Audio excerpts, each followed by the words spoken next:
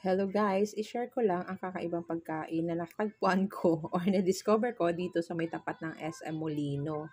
Alam niyo ba na ang ice cream ay pwede maging pizza? Or pizza na pwede maging ice cream? Bahala po kayo kung ano yun. So, i-share ko lang. So, natagpuan ko ito dito. Curious na po ako, kaya po ako ay napabili. So, mukha po talaga siyang ice cream, pero pizza siya. So, medyo affordable naman po siya. And then,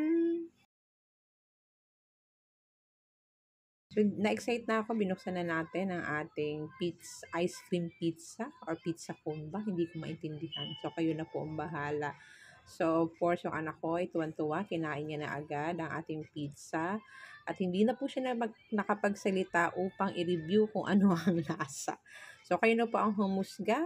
So, pwede po kayong pumunta dito sa may tapat ng SM Molino, P-Cone Pizza. Meron din naman silang hindi po cone pizza. So, bahala po kayo.